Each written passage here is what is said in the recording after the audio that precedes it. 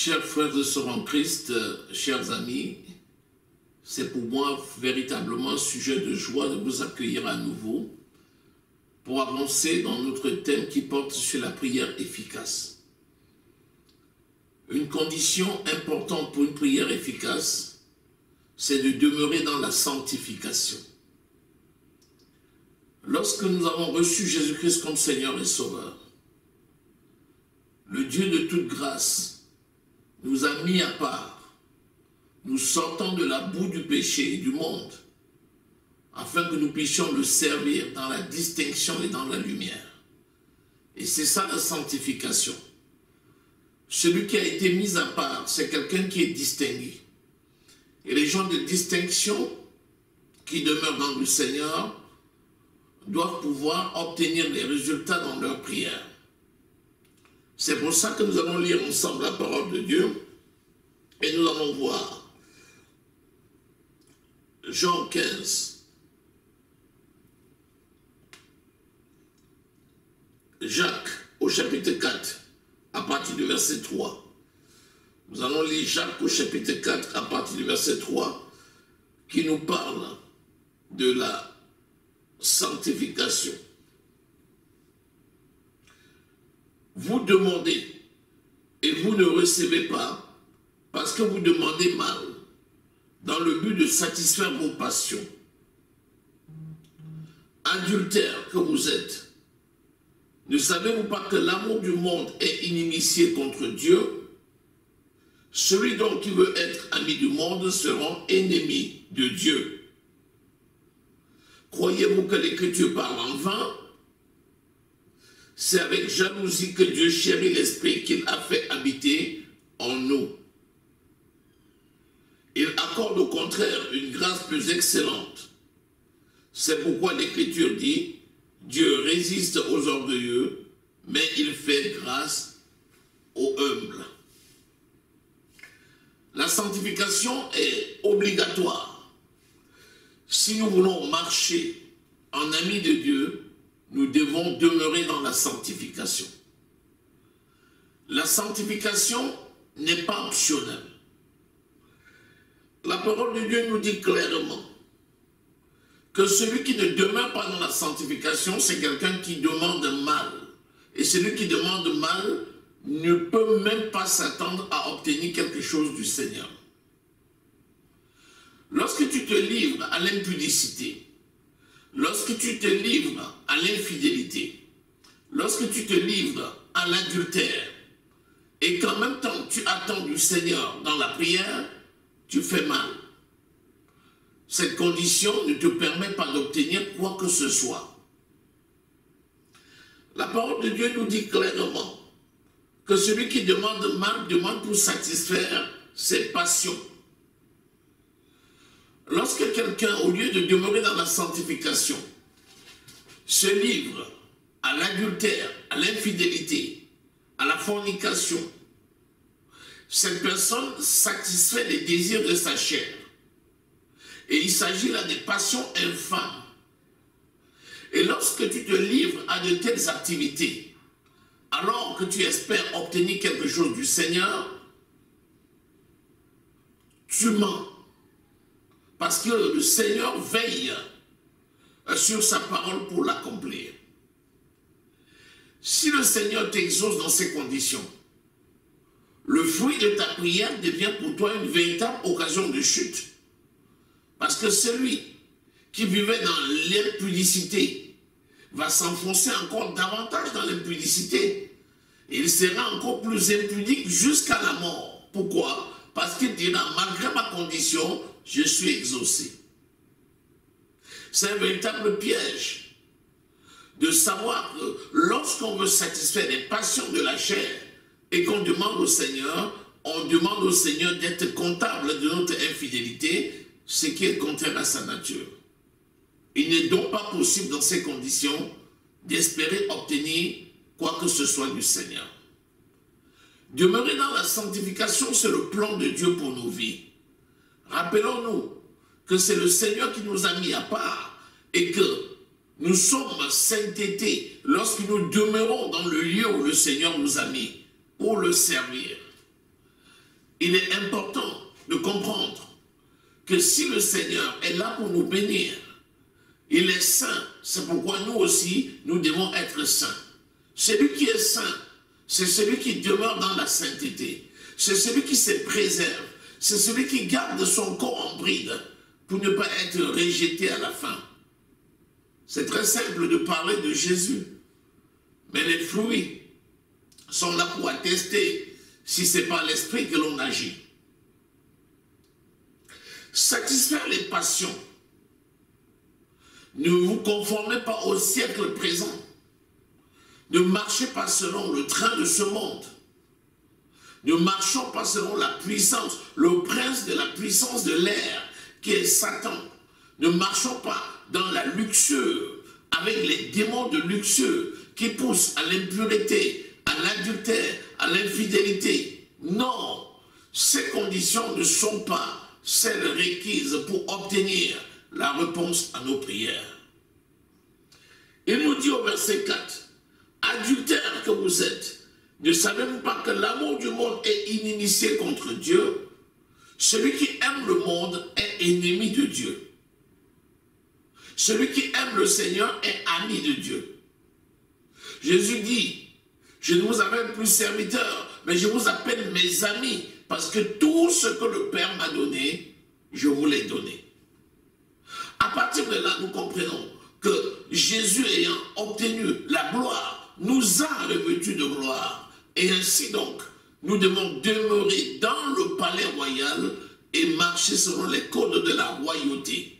Celui qui est adultère, c'est celui qui se sépare de Dieu.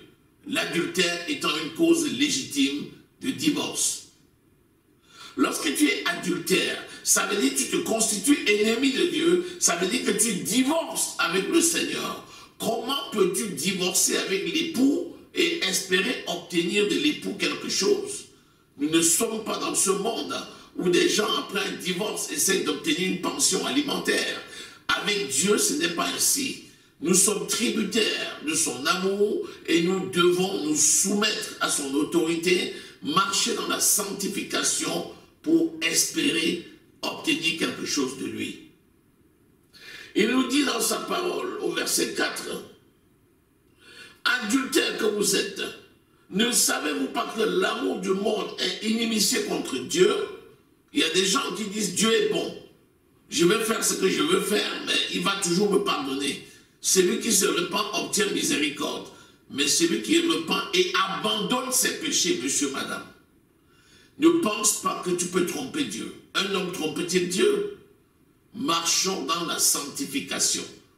Demeurons à part pour servir l'Éternel et nous pourrons aller chercher au niveau du Seigneur tout ce dont nous avons besoin pour nos besoins au quotidien et pour le servir. Il dit encore ceci, je continue la lecture. Le verset 4. Celui donc qui est ami du monde sera ennemi de Dieu. Tu ne peux pas aimer le diable et prétendre aimer Dieu. Faire l'œuvre du diable, c'est devenir ami du diable. Tu te livres à l'impudicité, tu te livres à l'impureté, tu te livres à l'adultère, tu te livres à la fornication, tu te livres à l'ivrognerie, tu te livres au vol, au mensonge, à la négligence et à toutes ces choses. Et tu prétends par motif de conscience que tu pries l'Éternel en espérant obtenir quelque chose? Non, tu dois demeurer dans la sanctification. Sinon, tu te constitues ennemi de Dieu. Or, que peut faire le pot de terre contre Dieu? Sache que si tu te constitues ennemi de Dieu, tu te disqualifies et tu te déshérites toi-même. Il est important de comprendre au verset 5. Croyez-vous que l'Esprit parle en vain? Il nous a dit lui-même, si vous demeurez en moi, si ma parole demeure en vous, demandez tout ce que vous voulez et cela vous sera accordé. Mais il ne parle pas en vain. Alors, ne pense pas que tu vas déroger à la loi de Dieu, tu vas te soustraire des obligations spirituelles de sanctification et espérer obtenir quelque chose. Non, cela ne se passe pas ainsi. Il nous dit au verset 5, c'est avec jalousie que Dieu chérit l'esprit qu'il a fait habiter en nous. Celui qui naît de nouveau est revêtu de l'esprit de Dieu. C'est l'esprit de la sanctification. C'est l'esprit de la sanctification. C'est l'esprit de vérité. C'est l'esprit de sainteté. Si l'esprit de sainteté habite en nous, Dieu chérit son esprit. Et si nous énervons le Saint-Esprit, si nous attristons le Saint-Esprit, l'Esprit de Dieu va se taire, l'Esprit de Dieu va se retirer. Et si l'Esprit de Dieu se retire de toi, tu es fini. C'est ce qu'on appelle la mort spirituelle. S'il te reste encore le sentiment dans ton cœur que tu as trahi Dieu et que tu as besoin de te repentir, gloire à Dieu. Dans ce cas, répands-toi. Parce que si tu ne te répands pas, tu ne peux rien obtenir du Seigneur. Et si par contre tu te répands, tu obtiens miséricorde. C'est ce qui est écrit. Alors, si l'Esprit de Dieu, si Dieu chérit l'Esprit qu'il a mis en nous, nous avons le devoir d'en prendre soin. Car si nous réjouissons le cœur de Dieu, l'Esprit de vérité qui habite en nous va pouvoir se déployer et libérer une onction qui va pouvoir à tous nos besoins selon l'immensité de sa richesse. Il est important de comprendre que la sanctification s'impose à nous. Nous ne pouvons pas vivre dans le désordre. Notre Dieu, c'est un Dieu d'ordre et non un Dieu de désordre. Il accorde au contraire une grâce plus excellente. Et c'est pourquoi l'Esprit dit, Dieu résiste aux orgueilleux et il fait grâce aux humbles. Attention, attention, attention. Si quelqu'un croit pouvoir faire ce qu'il veut, il est orgueilleux. Si quelqu'un est orgueilleux, il va chuter. Si quelqu'un est humble, il va être élevé. Donc, prenons garde à nos comportements et fais en sorte que tu puisses demeurer dans la vérité, que tu marches en ami de Dieu, que tu fasses l'œuvre de Dieu. Et alors, tu seras dans les conditions requises pour obtenir pleinement tout ce qui relève de ton droit spirituel. La promesse est faite à tous ceux qui doivent hériter du royaume. Tu es devenu héritier. Par conséquent, tu dois jouir de ton héritage en Christ, puisque tu es héritier joint à Christ. La parole de Dieu nous a dit que nous devons demeurer dans la sanctification. C'est important. Demeurer dans la sanctification nous permet de demander selon sa volonté. Quelle est la corrélation entre les deux? Je vais lire 1 Jean au chapitre 5, versets 14 et 15. Lorsque tu es dans la présence de Dieu, tu es mieux placé pour écouter la voix de l'Esprit qui parle. Et lorsque tu écoutes la voix de l'Esprit qui parle, tu connais quelle est la volonté de Dieu. La Bible nous dit, 1 Jean 5, versets 14 et 15. Nous avons auprès de lui cette assurance que si nous demandons quelque chose selon sa volonté, il nous écoute. Nous avons cette assurance que si nous demandons quelque chose selon la volonté de Dieu, il nous écoute. Pour demander selon la volonté de Dieu, il faut être à la bonne place pour écouter sa voix. Donc, il faut être disposé pour que l'Esprit de Dieu nous révèle la volonté de Dieu. La parole de Dieu nous atteste que Dieu a formé pour nous un plan de paix et non un plan de malheur. La parole de Dieu nous dit qu'il accomplit chaque chose en son temps. Mais seul l'Esprit de Dieu peut nous révéler le plan de Dieu pour notre vie, le moment, puisque l'Ecclésiaste le dit, il y a un temps pour chaque chose. Seul l'Esprit peut le révéler. Dieu peut te dire, par exemple, que tu vas obtenir une voiture. Mais seul l'Esprit de Dieu peut te révéler le moment propice pour l'obtenir. Car tu pourrais bien obtenir une voiture à un moment inadapté et cette voiture pourrait devenir pour toi une occasion de chute, voire de mort. Mais lorsque le Saint-Esprit connaît le moment où tu es prêt pour obtenir cette voiture, le Saint-Esprit te révèle que c'est la volonté de Dieu. Vous voyez, la volonté de Dieu que tu obtiennes cette voiture, et là, l'accident qui t'attendait pour te tuer n'aura plus lieu parce que tu auras la sagesse nécessaire pour faire une utilisation judicieuse de cette voiture en temps convenable pour la gloire de Dieu. Je prends cet exemple, mais ça peut s'appliquer à beaucoup d'autres exemples. Il est important de comprendre que nous devons demander selon sa volonté. Et si tu es quelqu'un qui est formé, quelqu'un qui est instruit, quelqu'un qui veut marcher selon la parole, tu pourrais même prier en demandant au Seigneur, Seigneur, que ma volonté ne soit pas faite, mais que ce soit la tienne. Révèle-moi quelle est ta volonté pour ma vie. Parce que c'est la volonté de Dieu pour notre vie qui est le plan de Dieu et c'est ça qui est parfait. À partir de là, il nous dit ceci. Nous avons auprès de lui cette assurance que si nous demandons quelque chose selon sa volonté, il nous écoute. Autrement dit, si nous demandons selon notre volonté et si notre volonté ne correspond pas à sa volonté, il n'écoute pas. Voilà comment tu peux être convaincu que tu demandes quelque chose à Dieu alors qu'il n'est même pas au courant. Il n'est même pas au courant de ce besoin-là, de ta demande, parce que ça ne correspond pas à sa volonté. Or, si tu n'es pas dans la sanctification, il n'est pas avec toi, parce qu'il ne peut pas parler à un impudique. Ce que l'Esprit dit à un impudique, c'est corrige ton impudicité, sors de ton mensonge, sors de ton idolâtrie, sors de ton adultère, sors de ton vol, sors de ton escroquerie, sors de ces conditions. L'Esprit ne va pas au-delà des avertissements.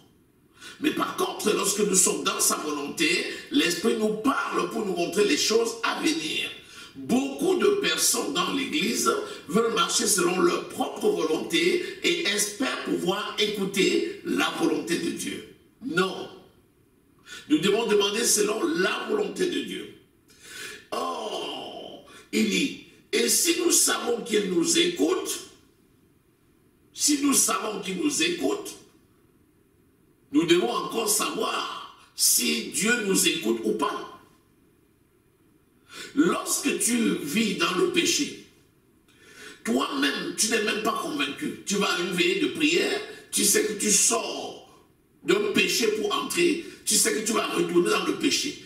Tu laisses une femme adultère dans un lit, tu se soustrais du lit, tu dis que tu viens à la veillée de prière, et après tu retournes trouver la femme adultère dans le lit. Qu'est-ce que tu es venu faire à la veillée de prière? Une perte de temps. Tu marches dans l'escroquerie, tu vas laisser ton escroquerie pour une question de conscience, tu viens à la veillée de prière, tu soumets tes sujets, et après tu t'en vas. Toutes les prières faites dans ce cas, c'est du verbiage, c'est du tapage, c'est du bruit. Tu vas sortir à 5 h du matin avec des maux de tête pour rien parce que tu auras perdu ta nuit. Il est important de comprendre, si nous savons qu'il nous écoute, encore faut-il que nous soyons assurés que Dieu nous écoute. Quand nous prions, est-ce que Dieu nous écoute? Est-ce que nous sommes sûrs que Dieu nous écoute? Lorsque tu n'es pas dans la sanctification, Dieu ne t'écoute pas. Et si Dieu ne t'écoute pas, tu perds le temps. Lorsque tu quittes la maison, tu te disputes avec ta femme. Tu ne l'écoutes pas, tu la méprises. Et alors que la Bible dit que tu dois pouvoir l'honorer comme étant d'un sexe faible qui doit hériter elle aussi du royaume comme toi. Fais-le avec persévérance, afin que rien ne soit un obstacle à ta prière. Tu sors après l'avoir insulté, méprisé, négligé. Et tu viens à la veille de prière et tu pries. Tu pries à quel Dieu? Les conditions ne sont pas réunies. Dieu ne t'écoute pas. Il en est de même pour la femme. Tu négliges ta maison. Tu ne prépares même pas à manger à tes enfants, à ton mari. Tu insultes même ton mari. Tu portes ton foulard, tu mets sur la tête et tu vas à la veille de prière. Tu t'en vas à l'église. Tu t'en vas à l'église pour servir qui? Dieu? Non. Tu te trompes. Tu dois faire ton devoir d'épouse, de mère. Tu dois marcher dans la sanctification. Et alors, tu peux venir prier en sachant que Dieu t'écoute. Le verset 15. Et si nous savons qu'il nous écoute, quelque chose que nous demandions, nous savons que nous possédons la chose que nous avons demandée. Quelque chose que nous demandions, nous savons que nous possédons la chose que nous avons demandée. Pourquoi? Parce que la même conviction que tu as, que Dieu t'écoute, c'est la même qui te confirme que tu as l'exaucement de ta prière. Mais de la même façon que tu doutes qu'il ne t'écoute pas, de la même façon, tu n'as rien.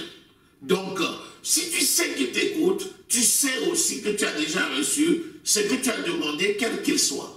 Mais est-ce que Dieu t'écoute? Voilà la question. Et c'est à cette question qu'il faut apporter une réponse. Voilà pour la question de la sanctification. Tu connais ton péché, tu connais ta vie. Tu sais comment tu mènes cette vie. Je vais te dire tout simplement, mets-toi en règle. Que la grâce de l'Éternel, mon Dieu, éclaire chacun d'entre vous. Et que chacun donne sa vie à Jésus. Que chacun marche dans la sanctification. Et que chacun écoute la voix de l'Éternel afin de prier selon la volonté de Dieu. Que l'honneur et la gloire reviennent à notre Dieu pour la révélation de sa parole. Soyez bénis et partagez cette vidéo au plus grand nombre afin que nous ne prions plus en vain. Au nom de Jésus-Christ de Nazareth. Amen.